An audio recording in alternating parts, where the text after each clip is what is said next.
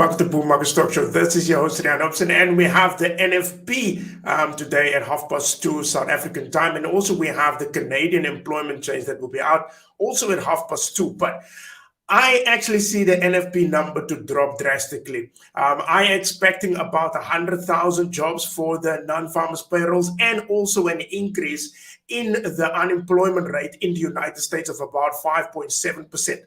I will actually, although it sounds a bit weird, I will give my explanations on that because there is a lot of things that the media is not reporting on and which I see there's simple things actually that could actually hit the unemployment rate in the United States to about 5.7%. And with that, you might see a very strong dollar, if I'm correct, after the break.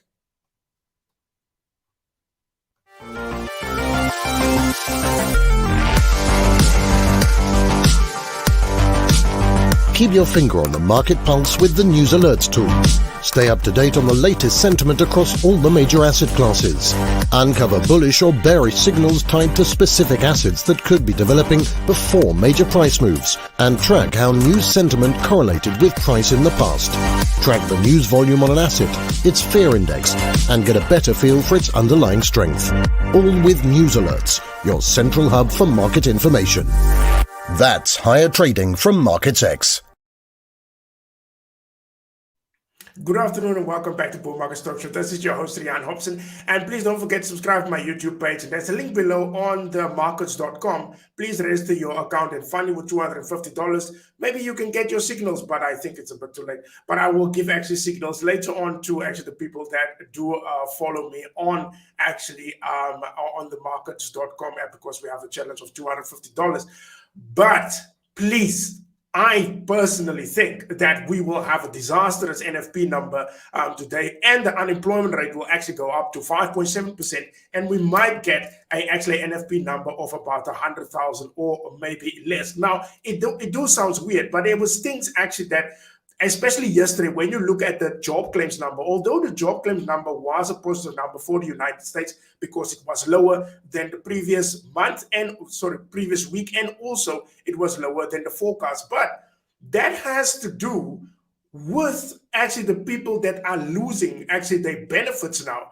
Because when people are losing their benefits, because September, they said there will be actually a stop to the unemployment claims or the insurance benefits in the United States. So that could actually be the case where the non-farmers payrolls, but the job claims number would be better. So that is one thing that I looked at. And then there's something that the media or none of us are actually allowed to talk. And this is actually the story where they say job cuts tick up in September to 17,895, the lowest on the record, the lowest quarterly total since 1997. Now, let me just explain that part.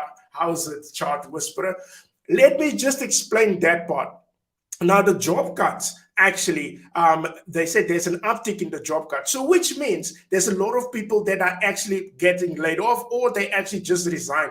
And that has to do with the new passport that is actually out, because obviously there's a lot of people who are still against this whole thing of this new passport, and that is one thing that people are not talking about, because obviously you get censored if you do talk about it. So that we will see in the data of the non-farmers payrolls. Now, did it affect it or not? And I do think when I was looking at this number, when you look at the job cuts, I think that has to do with the passport that is actually been out. And then on top of that, if you look at, and again, the ADP non-farmers payrolls did produce good numbers on Wednesday, but the main indicator there was again the service sector.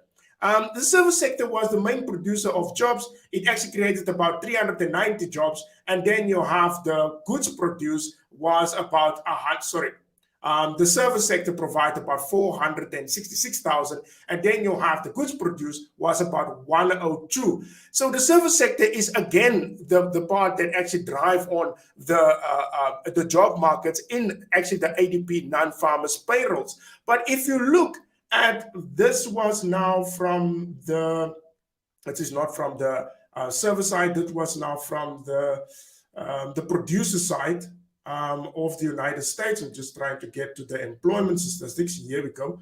The employment, oh no, not production, come now. The employment, this is what's on the ISM, the employment. You can actually read more on that. But of the 18 manufacturing industries, this is the manufacturing side of the United States. Of the 18 manufacturing industries, the 6 industries reporting employment growth in September. In the following order, there was electric equipment, appliances, components, furniture, related products, computer, electricity products, primary metals, fabricated metal products, and machinery. The 6 industries reporting a decrease in employment in September were textile, petroleum, which is weird, coal products, paper products, plastic, rubber, products, food and beverages. This is actually very weird why they actually reducing jobs where you would thought they would actually push up jobs. Tobacco products, and then you have the 6 industries reporting no change in employment in September compared to August. Now, that is also a big question mark there, because people are not actually working. They are not actually employing people. That is actually the main thing. Now, if you have all that benefits when it comes to people, there's just a comment. Indices have to do with the stock and investment sentiment. The weak US dollar usually send indices and stock markets up. I will get to that part of what will be the behavior of the dollar if I'm actually correct. There's more coming in. Rian still sticking to his prediction he made out on Financial News. Yes, I'm still sticking to that part of Financial News, because I did predict a 5.7% unemployment and also 100,000 jobs that will be created, or it will be less. Now, the main thing is that what I also realized with all the benefits through the in the United States for this whole entire year, people are becoming choosy when it gets to jobs. Some will say no, they want more benefits. Some they say obviously they want more money in their account. Because obviously inflation is high, so you will definitely not take your old job that gives you about $15 or $8 per hour. So obviously you want a better job or with better salary, and also you want to take off when your child is sick and all of those things that comes in it, because you were laying at home the whole entire time. The job openings in the United States is about 10 million job openings there, and nobody wants to work. Because obviously people want more benefits, more leave days, more money, and all of those things. So, but now with the benefits out of the way, people are not getting the benefits anymore. Now you have a lot of people that will apply for jobs, but they will become choosy. They will say, no, they want this and this and this benefits, because they know the job market is on heat, and they want to push their demands also through. And that will make this a very complicated NFP number. I think you will have the unemployment rate that will go up because of the benefits that stop, but that does not mean that people will take actually any job. They want a good job, high wages, also with other benefits, which is also daycare and all of those things that comes with it. So that's why I think you will have an unemployment rate that would be higher, and then also you have a non-farm payrolls that will not actually produce much jobs. Now, if that is the case, we might see the US dollar actually up, because this means that all the stimulus in the world from the Federal Reserve and from the US government did not work. And so the best thing is to do is to stop all this nonsense when it comes to pushing the economy with more money. So we might see actually a stronger dollar with weak data, because this actually means that the market is not going in the right direction and that all the stimulus in the world doesn't work. We might see also a stronger dollar that will lead also to the Dow Jones, NASDAQ, that will go down, because the economy is in bad shape, because with all the stimulus in the world, you produce absolutely nothing. So we might see a stronger dollar, bad unemployment numbers, and that could actually skyrocket things, and it could be actually hell on earth actually for the indices and also for commodities. So as what Chart Whisperer just said here, Morgan Stanley says 750,000 jobs. Well, that is a possibility. That is a possibility, but I think there will be more people under unemployment, uptick under unemployment, because of the passport, and also the benefits that are not there anymore. People are looking for jobs, but they're becoming choosy. So I hope I'm not right because the market will be actually crazy. But I think, as the evidence said, there's a high possibility that I could also be right.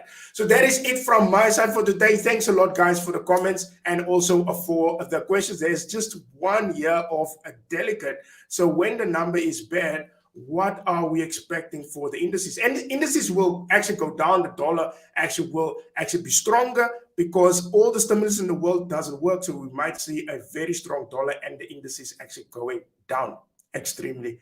It could be actually a correction. That is what I actually do expect. I'm just actually going through comments here. There's quite a lot of comments. There's a new one here. Okay, there was a bit of other language there, but see on Monday, same time, same place until the trade responsibility. That is actually Charles Whisper. So I will see you guys on Monday, and all the best with the NFP number. I will actually send a signal out for people that actually take my 250 challenge, $250 challenge from Marcus.com. So that is it from my side. See you guys on Monday at the same time, and I hope I'm wrong. Bye-bye.